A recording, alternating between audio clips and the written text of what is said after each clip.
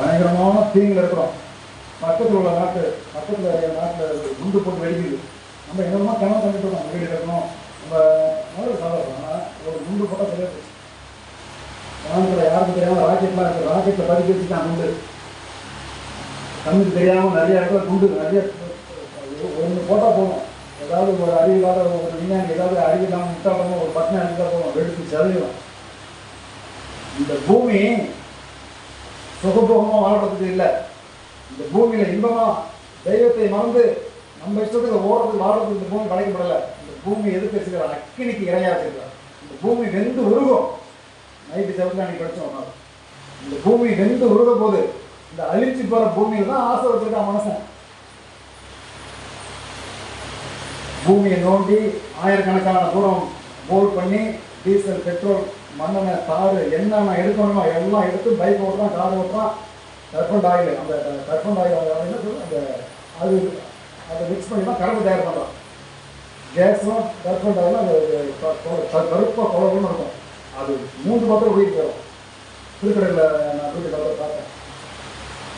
பூமிக்குள்ள வந்து என்னென்னமோ எடுத்து இந்த பெட்ரோல் கார் ஓட்டி ஆடணுமோ அதுக்கு இல்லை. ஆட பூமிக்கு பெட்ரோல் வச்சு அதுக்கு இல்லை.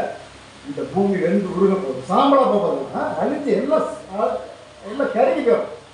அப்போ நம்ம இங்கே இருக்க மாட்டோம், நம்ம எங்கே இருப்போம்? அப்போ இது நினச்சிருக்கு. அதுவும் வானம் பூமியும் வெந்து நிறைய இடத்துல இருக்குது. அந்த மாதிரி இன்னும் நிறைய சூரிய வெப்பம் அதிகமாக போகுது, நோய் வரப்போகுது. நல்லா இருக்கிறவனையும் ஊசி போட்டு சாகடிப்பான். ரேஷன் கடையிலையும் அரிசியும் நம்ம நினைச்சு சாப்பிட்டுருக்கோம். அந்த அரிசியிலே வியாதி வருது. நிறைய காரியம் இருக்குது. நியாயம் எங்கள் இருக்க முடியாமல் எங்கன்னா சொல்கிறாங்க. இன்னும் என்ன பார்க்கலாம், ரேஷன் கடையில் வரக்கூடியலாம் பாருங்கள். ஜீனி ஒரு நேரத்தில் ஜீனி எப்படி இருந்துச்சு, இன்னைக்கு ஜீனியே இல்லை, பார்க்கலாம். எப்படியோ மனுஷனை சாகடிக்கணும், எப்படியாவது அழிக்கணும். இந்த நேச்சுரலாக நம்ம வீட்டில் விளையிற சாப்பாடு சாப்பிட்டு நம்ம சொல்கிறாங்க. என்ன நம்ம பயிர் பண்ணுறது, நம்ம வீட்டில் தோட்டம் வந்து பண்ணி நம்ம வீட்டில் செஞ்சு சாப்பிடணும். கடையில் வாங்கி பிள்ளைங்க கடையில் வாங்கி சாப்பிடணும், கொஞ்சம் குறைக்கணும். நீங்கள் வந்து என்ன இன்னைக்கு என்னங்க இப்படி சொல்லிட்டு நீங்களே நீ கடையில் வாங்கிட்டீங்க. ஆமாங்க, நீங்கள் 10 மணிக்கு வரீங்க, அப்புறம் அடுத்தது கொஞ்சம் யோசிச்சேன். வெளியில் கஷ்டம். சரி, பொதுவாக நம்ம சபை வந்து நம்ம சாப்பாடு முக்கியம் இல்லை, இந்த ஆண்டை முக்கியம் கொடுக்கணும். அவன் ஆண்டு வார்த்தையாக நிரப்பப்படணும். அதுவும் இந்த ஆசீர்வாத விஷயம். அது நிறைய பேருக்கு நேரம் இல்லை. நம்ம அப்பா அம்மா இறந்துட்டாங்கன்னு கவலை ஆறுதல் படுத்த நான் சொல்லிட்டு இருக்கேன். இன்னும் இது மட்டும் இல்லை, இன்னும் கொடுமையான காலம் வரப்போகுது. அந்த கொடுமையான காலத்துக்கு முன்னாடி நீங்களும் நானும் நீதிமானா இருந்தால் எடுத்து கொள்ளப்படணும், மேலே போயிடணும், எப்போ கூட போயிடணும். பிரசங்கி 4 பாருங்க.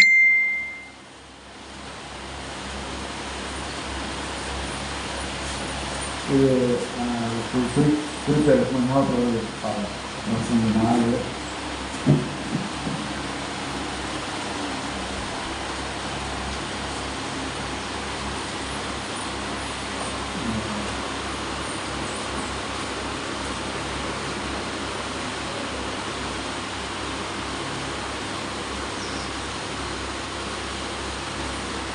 ஆறுதல் தெய்வமே. அதாங்க பாட்டு, ஒரு பாட்டை எல்லாரும் சேர்ந்து பாட ஆரம்பம்.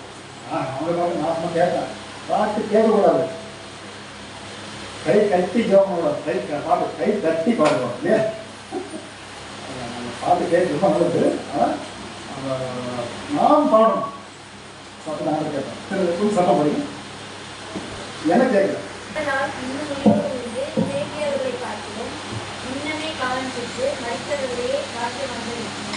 முன்னமே முதல்லையே இறந்து போனவங்க பாக்கியம். அது இறந்து போனவங்க யாரும் தான் சொல்லுவாங்க. அப்போ நம்ம அதிகம் படிக்கிறாப்புல 2க்கு 3ஆம் அதிகாரம். ஏன் இப்போ இருக்கிறத விட இன்னும் பெரிய காலம் ஆகும். இப்போ இருக்கிறது இப்பயே பார்க்கணும். டிவி பார்க்க முடியல, ரொம்ப கண்டாவே இருக்கு. வெளியே பார்க்கலாம்.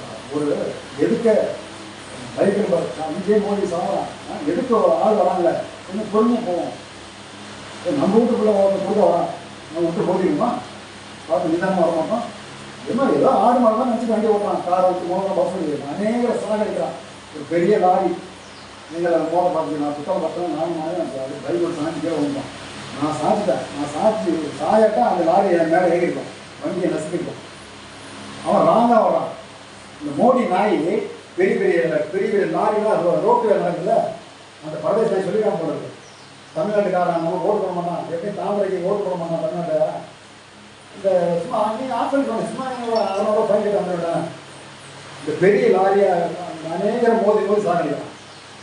நான் நிறைய பார்த்துருக்கேன், பெரிய லாரி போடுறோம். என்னன்னா நான் ரோடு போடுறோம், நீங்கள் கண்ட்ரோல் பண்ண முடியாது, ஹெவி வண்டி. நம்ம தான் தப்பிக்கணும். நீதிமான் ஆபத்துக்கு தப்பித்து கொள்வான், ரொம்ப தப்பிச்சுக்கணும். நிறைய பேர் சாகடிக்கிறாங்க. வாகனத்தில் போகும்போது ரோட்டை தாண்டி கொஞ்சம் நிதானம் கையை பொறுமையாக போகணும். இன்னும் ஆசை பொருள் நம்ம உணவாக கொஞ்சம் போட்டிக்கலாம். ரொம்ப கவனம் போங்க, ரொம்ப பொறுமையாக இருக்கணும். நம்ம வந்து ரொம்ப நாளைக்கு வாழணும். ஆபத்து விபத்தில் மாட்டிக்கூடாது.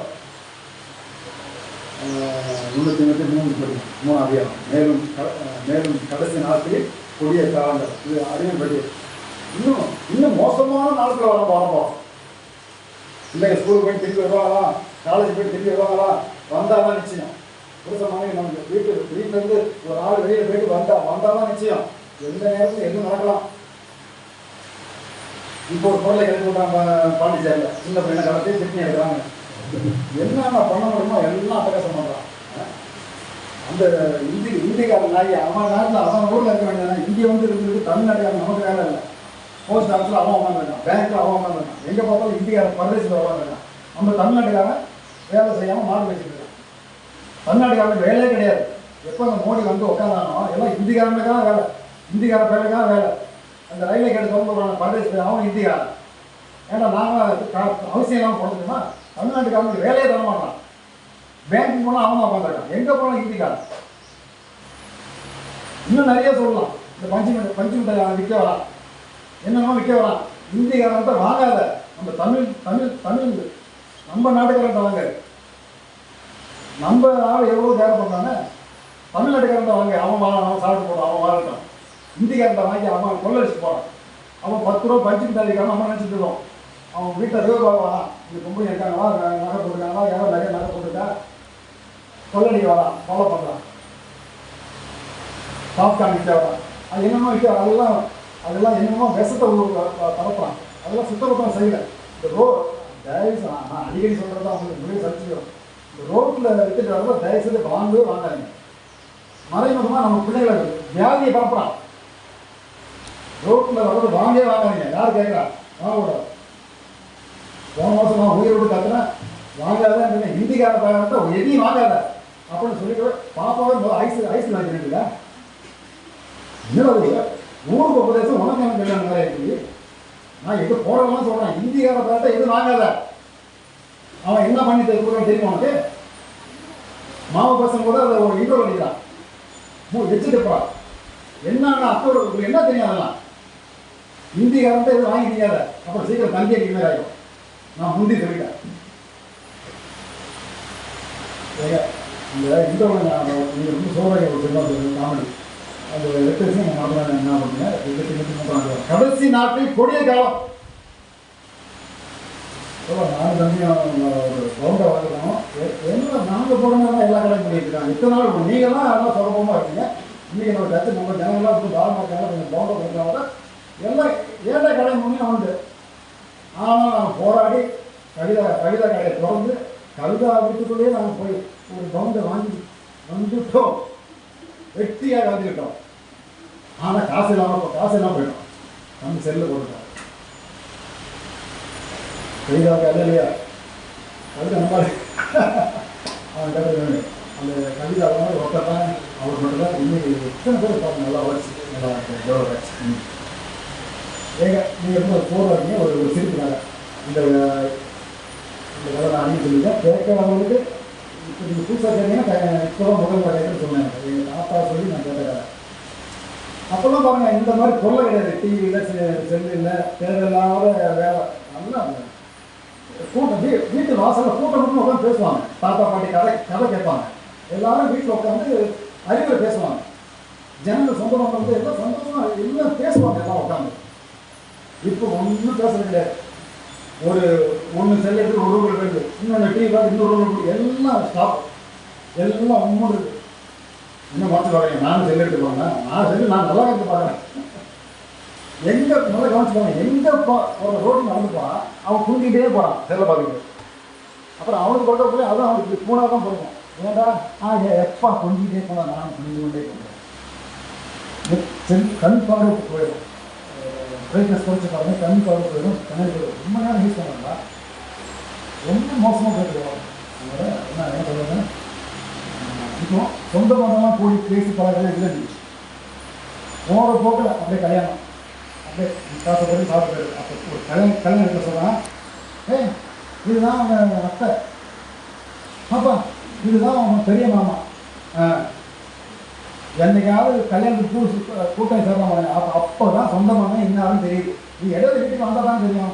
நான் புது வருஷம் சொன்னேன், ஐயா வீட்டுக்கு வந்தாதானே வர காப்பி, வராமல் இருந்தால் என்ன காப்பி? பால் காப்பி, வந்தால் வர காப்பி. அப்போது எங்கள் தாத்தா தலை சொல்லுவேன்.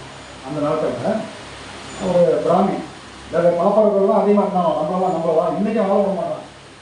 எல்லா பெரிய இடத்துல அவனும் உட்காந்துருக்கான். நம்மளை விட மாட்டாங்க. சரி நீ என்ன பண்ணுறது, நீ என்ன தான் எங்களை நீ அடிமை பண்ணாலும் அந்த கடைசி நாள் 1000 வருஷ அரசாட்சியில் எங்கள் இயேசுராஜா வந்து இது முழு உலகத்தையும் ஆளுகை செய்ய போகிறாரு.